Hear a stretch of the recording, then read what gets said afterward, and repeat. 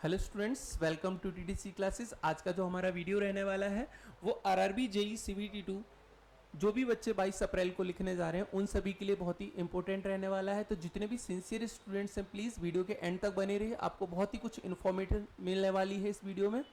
हम देखेंगे इस वीडियो में दो पार्ट में मैंने रखा है इस वीडियो को, ज़्यादा नहीं, आपका 10 से 15 मिनट का टाइम जाएगा, उससे ज़्यादा नहीं। समझना, दो चीज़ें रखी हैं। पहला हम बात करेंगे how to study in last 15 days. Sir 10 से 15 दिन, जो 12 दिन 14 दिन है, उस टाइम पे क्या करना चाहिए क्या नहीं करना चाहिए उसके बारे में बात करेंगे। फिर दूसरा, सर लेवल ऑफ क्वेश्चंस रहता है वो कैसा रहता है उसके बारे में डिस्कशन करेंगे। तो बिना किसी टाइम वेस्ट के सीधा स्टार्ट करते हैं।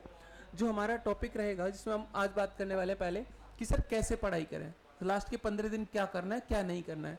ऑलरेडी जितने भी बच्चे जिन्होंने CBT 1 क्वालिफाई किया है उनको पता है कि CBT 2 सर पे है एग्जाम, तो बहुत ज़्यादा उनको अलग से समझाने की जरूरत नहीं है। बस छोटी सी गाइडेंस है कि आप इतना करेंगे, इससे ज़्यादा कुछ करने की जरूरत नहीं। क्या समझना, सबसे पहले आपका काम है सर, सबसे पहले जो थ्योरी है उसको फटाफट रिवाइज करते रहिए, एक बार दो बार। थ्योरी रिवीजन के साथ साथ फॉर्मूला नोट्स बना लीजिए अपने पास, ठीक है। थ्योरी रिवीजन मतलब फटाफट होना चाहिए, ऐसा नहीं कि सर थर्मोडायनेमिक्स लेके बैठ गए 4 घंटे 6 घंटे एक ही सब्जेक्ट पढ़ रहे, नहीं, आपके पास टाइम कम है, थोड़ा स्पीड से जो भी आपने शॉर्ट नोट्स बनाए होंगे, थ्योरी रिवीजन का मतलब जो भी आपने शॉर्ट नोट्स पहले से बनाए होंगे उनको अब रिवाइज करिए, साथ साथ में फॉर्मूला नोट्स, क्योंकि जो आपके न्यूमेरिकल क्वेश्चंस आएंगे वो डायरेक्टली वन लाइनर होंगे, जस्ट फॉर्मूला याद है तो क्वेश्चन बन जाएगा। आज हम कुछ क्वेश्चंस भी देखेंगे, किस लेवल के क्वेश्चंस आते हैं वो सारे क्वेश्चंस देखेंगे। दूसरा सर पीवाईक्यू, सर पीवाईक्यू कौन से करने हैं, पीवाईक्यू में आप आरआरबी जेई के जो पीवाईक्यूज हैं वो कर सकते हैं। दूसरा एसएससी जेई के पीवाईक्यू कर सकते हैं, आरआरबी जेई के पीवाईक्यू, एसएससी जेई के पीवाईक्यू। इसके अलावा भी किसी भी स्टेट के जो एई और जेई के एग्जाम होते हैं वो आप स्टेट जेई के जो भी एग्जाम होते हैं वो कर सकते हैं, क्योंकि जेई का लेवल गेट और ईएससी लेवल से बिल्कुल डिफरेंट है। आपको बहुत ज़्यादा डीप अंडरस्टैंडिंग की जरूरत यहाँ पे नहीं है, आपको सिर्फ बेसिक्स पे काम करना है। और जो भी न्यूमेरिकल क्वेश्चन आएगा वो वन लाइनर होगा, जस्ट फॉर्मुला बेस्ड क्वेश्चन दिखते हैं थोड़ी देर में। फिर तीसरा पीवाईक्यू हम करेंगे सिर्फ दो जगह से, साथ में वेटेज। वेटेज क्या है सर, दोनों का वेटेज रहता है। आपके पास टेक्निकल है 100 मार्क्स का, टेक्निकल 100 मार्क्स का प्लस नॉन टेक्निकल, सर दोनों पे फोकस करना है। टेक्निकल आपका 100 क्वेश्चंस है जिस पे फोकस करना है, नॉन टेक्निकल 50।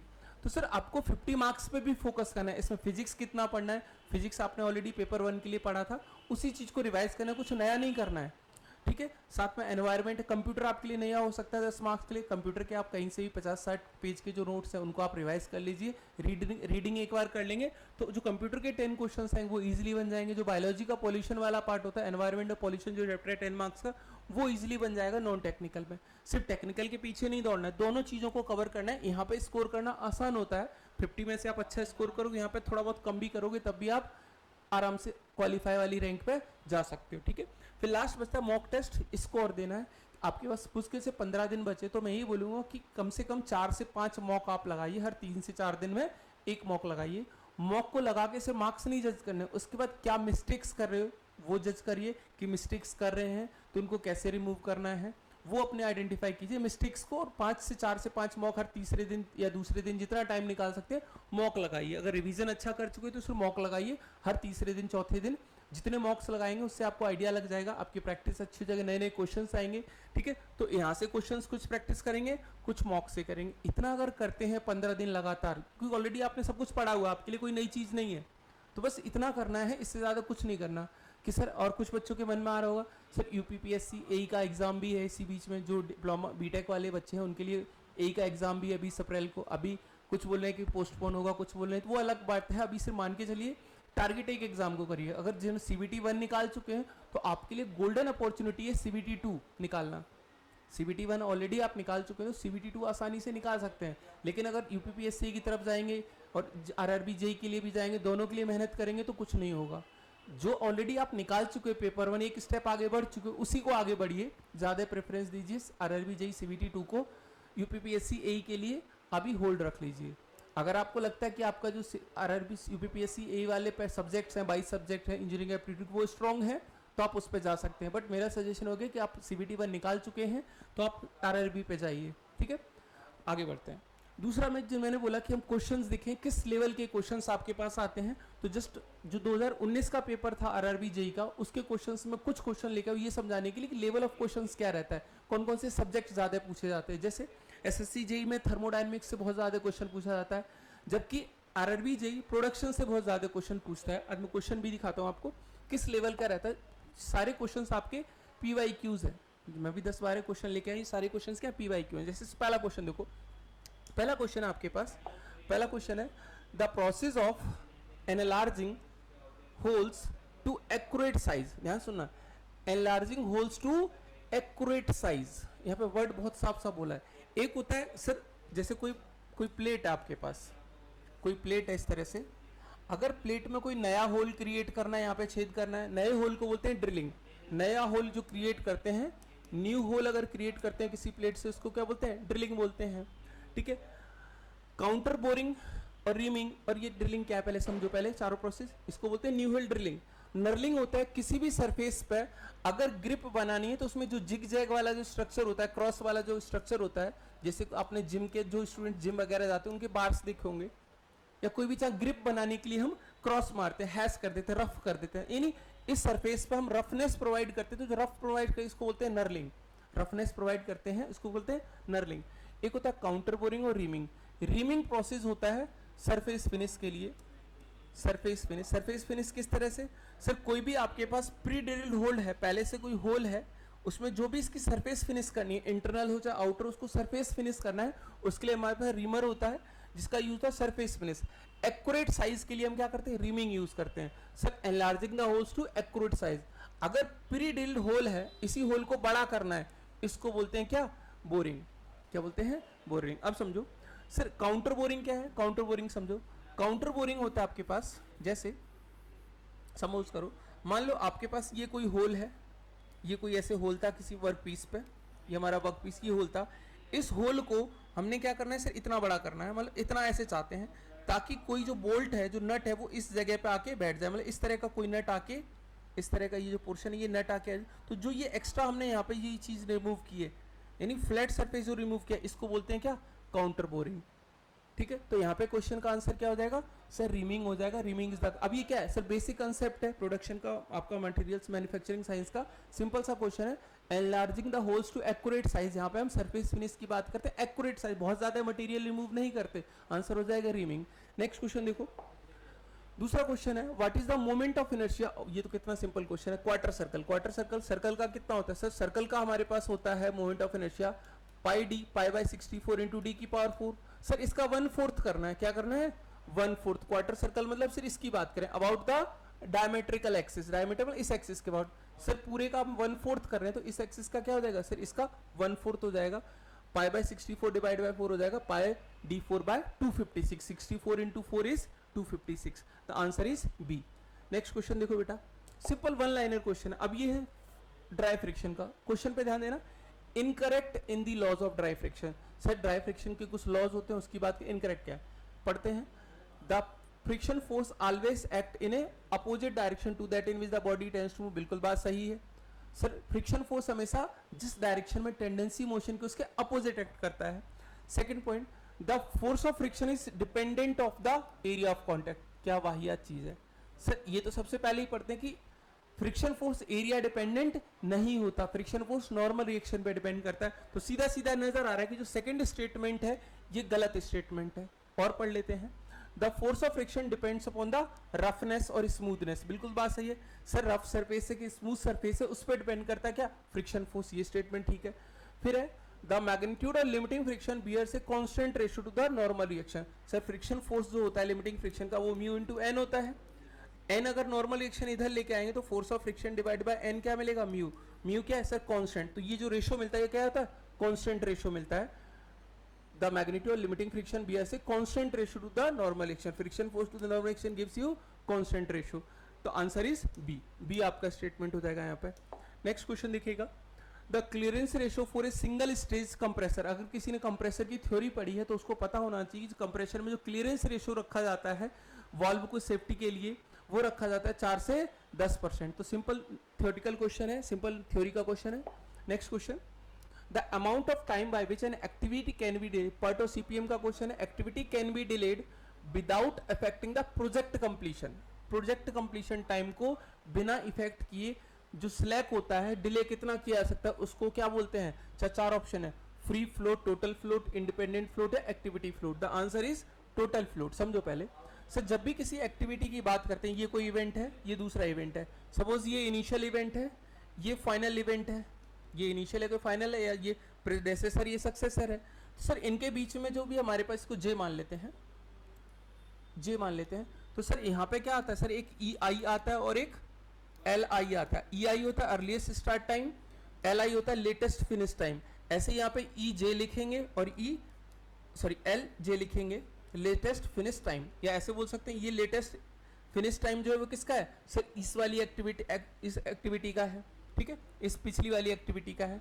तो जब हम ऐसे चलेंगे तो इनके बीच में डिफरेंस होता है, इस डिफरेंस को ऐसे याद रखना, इन दोनों के बीच में टाइम होने का जो time period T I J, तो याद रखना क्या सर, ई आई जैसे बना रहा हूं वैसे बना लेना, ई आई, एल आई, ई जे और एल जे, ध्यान सुनना, ये चार है सर, ऐसे लेना है सर। जब मैं इन दोनों के डिफरेंस की बात करूंगा, ई आई और एल जे, ई आई और एल जे, यानी पूरा कंप्लीशन के लिए जो इन दोनों का डिफरेंस है, this difference minus E I minus L J, minus में जो आपका टाइम ड्यूरेशन है एक्टिविटी का टी आई जे, इसको माइनस करो, क्या मिलेगा सर, टोटल फ्लोट, ठीक है।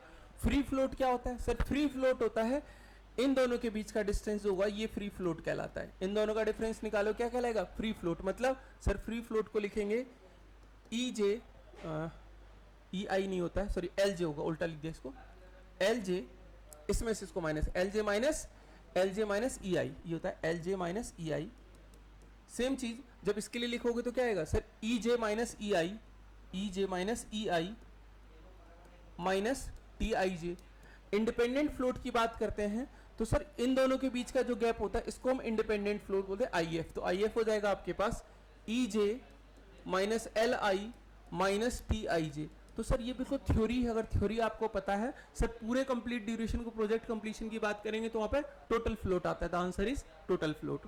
नेक्स्ट क्वेश्चन है, what does V represent in the convention abrasive wheel? Abrasive wheel के लिए एक शॉर्टकट है, समझना क्या शॉर्टकट है, हम लिखते हैं सर, ये जो लिखा है 51A60K5B05, ये मैन्युफैक्चर के कोड होते हैं, इनको आप इग्नोर कर सकते हो।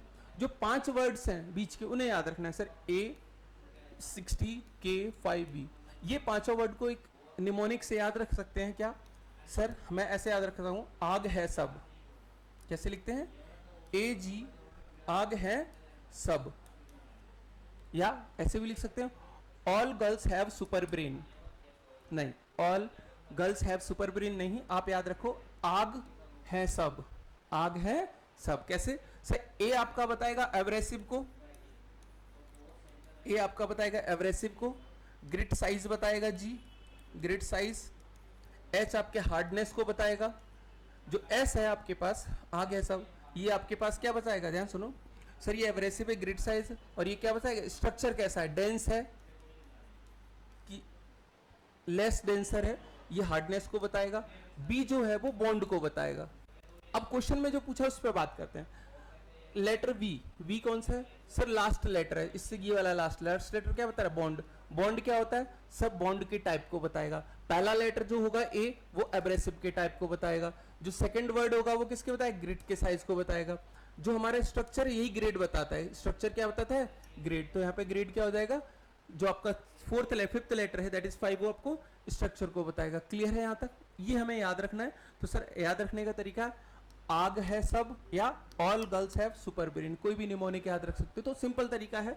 ऐसे क्वेश्चन आपका इसमें इलेक्ट्रोड से पूछा हो जाता है, इलेक्ट्रोड का स्पेसिफिकेशन पूछ लेगा, कोई वर्ड दे देगा, उसकी वैल्यू पूछेगा वो क्या रिप्रेजेंट करता है। ठीक है, आगे बढ़ते हैं।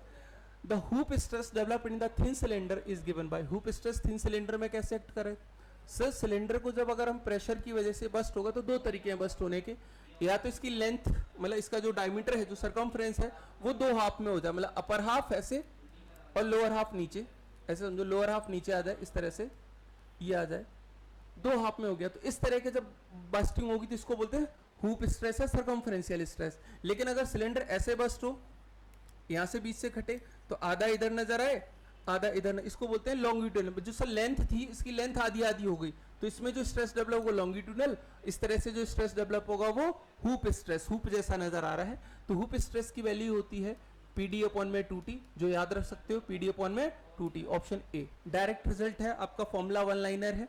ठीक है, आगे बढ़ते हैं नेक्स्ट क्वेश्चन पे। नेक्स्ट क्वेश्चन देखो, the frequency of a sound wave is 50 hertz. Frequency दे रखी है sir, F is given as 50 hertz and wavelength दे रखा है lambda 4 metre. What is the distance travelled by the sound in 3 seconds. Time और दे रखा है 3 सेकंड। सर सबसे पहले स्पीड निकाल लेते हैं। सर c बाई जो लैम्डा होता है इसी को हम फ्रीक्वेंसी बोलते हैं, तो यहां से हम क्या निकाल सकते हैं सर, c निकाल सकते हैं। c आ जाएगा लैम्डा इंटू एफ, लैम्डा हमें पता है 4 और f दे रखा है 50, तो यहां से आ गया 5 को 20, मतलब स्पीड आ गई 200 मीटर पर सेकंड। सर स्पीड आ चुकी है 200 मीटर पर सेकंड। सर टाइम से मल्टीप्लाई कर दो, स्पीड इंटू टाइम क्या होता है सर, डिस्टेंस। 200 मल्टीप्लाइड बाय 3, ये आ गया 600। The answer is 600 metre. Option कौन सा हो जाएगा, डी ऑप्शन हो जाएगा 600 मीटर। सिंपल क्वेश्चन है, आरआरबी जेईई 2019 में जो 28 तारीख को हुआ था उस पेपर के कुछ क्वेश्चंस लेके आया, आपको सिर्फ लेवल समझाने की किस तरह के क्वेश्चंस आते हैं, तो बहुत ज्यादा डीपली नहीं पढ़ना है आपको। नेक्स्ट है विच ऑफ द फॉलोइंग हार्डनेस। अभी देखो मटेरियल साइंस का क्वेश्चन, बच्चे मटेरियल साइंस छोड़ देते हैं। मटेरियल साइंस में जो हीट ट्रीटमेंट है उससे क्वेश्चन है। क्या क्वेश्चन है, हार्डेस्ट अमंग। सर कितनी बार हजारों एग्जाम में पूछा गया, हार्डेस्ट मटेरियल होता है मार्टेनसाइट। जो अलग अलग फॉर्म्स हैं सेम मटेरियल की, उसमें हार्डेस्ट कौन सा होता है, मार्टेनसाइट। ठीक है, फास्ट कूलिंग रेट से करते तो इसमें क्या होता है, मार्टेनसाइट बनता है, तो मार्टेनसाइट हो जाएगा। नेक्स्ट क्वेश्चन, अच्छा ये प्रोजेक्ट मैनेजमेंट का क्वेश्चन है, इंडस्ट्रियल इंजीनियरिंग का क्वेश्चन है। क्या है, the demand for a particular item is 1200। Demand आपको दे रखा है 1200 पर ईयर, ध्यान से देखना, पर ईयर डिमांड दे रखा है पर ईयर, यूनिट देखना। ऑर्डरिंग कॉस्ट दे रखा है C0 ₹100 पर ऑर्डर। होल्डिंग कॉस्ट CH या CC कैरिंग कॉस्ट भी बोलते हैं, या फिर होल्डिंग कॉस्ट, ये दे रखा है 0.80 पर मंथ। हमें पर मंथ नहीं चाहिए, किसमें चाहिए, पर ईयर में। सर 12 से मल्टीप्लाई करें कितना हो जाएगा, 12×96 9.6 रुपीज, ये हमारा होल्डिंग कॉस्ट हो जाएगा। If no shortages are allowed and replacement is instantaneous. कौन सा मॉडल है सर, विल्सन मॉडल है, पहला मॉडल इंस्टेंटेनियस रिप्लेसमेंट। ठीक है, तो पहला मॉडल के लिए सर EOQ क्या होता है सर, फॉर्मूला याद है, Q स्टार जो हमारा होता है वो होता है √2D C0 अपॉन में CC। जस्ट वैल्यू सब्स्टिट्यूट करो, 2 इंटू डिमांड 12,000 इंटू C0 कितना है सर 100 रुपए अपॉन में 9.6। इसको सिंप्लीफाई करो, you will get 500 as the answer. इसको सिंप्लीफाई कर लेना, आपके पास आंसर आ जाएगा A 500 यूनिट्स। सिर्फ वन लाइनर है, ये फॉर्मूला अगर याद है क्वेश्चन इजीली हो जाएगा। थोड़ा सा आपको फोकस करना है बेसिक्स पे। ठीक है, 2 क्वेश्चन और है, फटाफट देखते हैं। Which of the following are the objective for normalising. Spelling गलत है, नॉर्मलाइजिंग क्या है, नॉर्मलाइजिंग। नॉर्मलाइजिंग का मतलब क्या होता है सर, नॉर्मलाइजिंग का मतलब होता है जब हीट ट्रीटमेंट करते हैं किसी भी स्ट्रक्चर को, सर उसको हीट करते हैं किसी भी अपने पार्टिकल को, ऑब्जेक्ट को, उसके बाद उसको नॉर्मली एयर में कूल करते हैं, वाटर से कूल नहीं करते। किस में कूल करते हैं, नॉर्मल एयर में। नॉर्मल एयर में जब कूल करोगे उस टाइम पे उसकी मशीनेबिलिटी भी इंप्रूव होती है, मैकेनिकल प्रॉपर्टीज भी इंप्रूव होती हैं और इंटरनल स्ट्रेस भी रिमूव होते हैं। यहाँ पे आंसर आ जाएगा ऑल ऑफ दी ऑप्शंस। तो अगर आपने मटेरियल साइंस किया तो मटेरियल साइंस का एक और क्वेश्चन मिल गया हीट ट्रीटमेंट का, तो मटेरियल साइंस को नहीं छोड़ना, इंपॉर्टेंट है। नेक्स्ट, और एक लास्ट क्वेश्चन और है, देखो ध्यान से। The algebraic sum of resolve part of a number of force in a given direction equal to the resolve part of their resultant as the same direction. This is known as principle of independence of force, principle of transmissibility, all of the option है principle resolution। Sir जो principal resolve बात कर रहा है, resolve की बात कर रहा है, प्रिंसिपल ऑफ रिजोल्यूशन कहता है सर किसी भी फोर्स को हम 2 पार्ट्स में रिजॉल्व कर सकते हैं। अगर कोई F है, ये एंगल थीटा है, तो इधर F cos थीटा लिख सकते हैं। मतलब इस फोर्स के 2 इफेक्ट होंगे, एक x डायरेक्शन में होगा और एक y डायरेक्शन में। दोनों इफेक्ट्स को क्या बोलते हैं, रिजोल्यूशन ऑफ फोर्स। तो यहाँ पे जो रिजोल्यूशन ऑफ फोर्सेज है इसी को the principle of resolution of force. Algebraic sum of the resolve part of number of force in a given direction equal to the resolve part of the resultant. मतलब कई सारे forces है, मान लो ऐसे कई सारे फोर्सेज हैं, कई सारे सर, इन सभी के हमने x और y डायरेक्शन में क्या कर लिया, रिजॉल्व कर लिया। जो रिजल्टेंट आएगा उसका भी जब रिजल्टेंट x डायरेक्शन में करोगे तो सर सभी का रिजल्टेंट x डायरेक्शन में, तो रिजल्टेंट का भी x डायरेक्शन में, दोनों क्या आएंगे, सेम आएंगे। तो इसका आंसर क्या है, A, principle of resolution of force. Sir इतने ही क्वेश्चन हमने देखे हैं, ये जो क्वेश्चंस हैं ध्यान से देखते चलो सर, वन लाइनर क्वेश्चंस हैं। अगर थोड़ा सा भी पढ़ा है बेसिक्स तो इजीली क्वेश्चंस बन जाएंगे। बाकी आपको ध्यान क्या रखना है, फाइनली जो हमने बोला कि सर करना क्या है, ये काम करना है आपको। थ्योरी रिवीजन करना है, शॉर्ट नोट्स बना रखे हैं तो अच्छी बात है, नहीं तो अभी 15 दिन है, 15 दिन में आराम से 5 से 6 दिन में आप बना सकते हो। फॉर्मूला नोट्स है आपके पास, पीवाईक्यूज हैं, ये फोकस करना है, पीवाईक्यू में आरआरबी जेईई एसएससी जेईई करना है, वेटेज करना है। इतना अगर कर लेते हो 15 दिन, आपका सिलेक्शन कोई नहीं रोक सकता। आपको अपने पेरेंट्स के सपने पूरे करने हैं तो 15 दिन लग जाओ मेहनत करके। आपको अपने सपने पूरे करने हैं, पेरेंट्स की छोड़ो, अपने सपने पूरे करने तो आप मेहनत से लग जाओ। मेहनत करोगे तभी कामयाबी मिलेगी, ठीक है। तो मिलते हैं नेक्स्ट वीडियो में। बाकी कुछ भी डाउट्स रहता है नोट्स से रिगार्डिंग किसी, तो आप डायरेक्टली कमेंट कर सकते हैं कमेंट सेक्शन में। नंबर्स मिलेंगे आपको डिस्क्रिप्शन में, वहाँ पे देख सकते हो, ठीक है। मिलते हैं नेक्स्ट वीडियो में। Thank you.